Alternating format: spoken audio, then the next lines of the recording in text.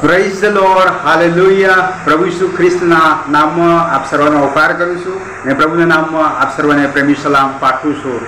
ખ્રિસ્તમાં વાલા ભાઈ બહેનો, આજે પ્રભુ તેમના પવિત્ર વચન દ્વારા વાત કરે છે. પિતરનો પહેલો પત્ર, તેનો પહેલો અધ્યાય, વચન 15. પણ જેણે તમને તેડ્યા છે તે જેવો પવિત્ર છે તેવા તમે પણ સર્વ પ્રકારના આચરણમાં પવિત્ર થાઓ. વાલા ભાઈ બહેનો, અહીંયા પ્રભુના વચનમાં પ્રભુ તેમના વચનોથી પ્રત્યેક વ્યક્તિ સાથે વાત કરે છે. આ મનુષ્ય જીવન એ ઈશ્વરનું આપેલું જીવન છે અને ઈશ્વર આજે જે પણ આ વચન સાંભળી રહ્યા છે તેમને તેવું આપે છે અને આહવાન આપે છે પવિત્ર જીવન જીવવાને માટે. આજનો ખાસ દિવસ છે ક્રિશ્ચન એજ્યુકેશન ડે, અને ખ્રિસ્તી શિક્ષણ એ આપણા દરેકના જીવન માટે એ ઉપયોગી છે.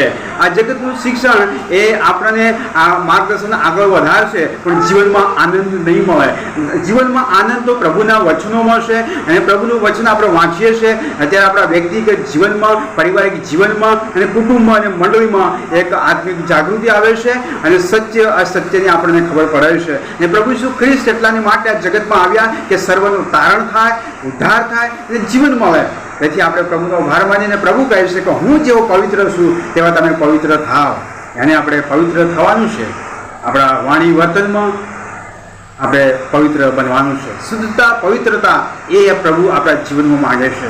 ત્યારે આ વચન પ્રભુ સમજવાને માટે પ્રભુ આપ સર્વને સહાય અને મદદ કરે. Thank you. God bless you. પ્રભુ આપ સર્વને આશીષ આપે.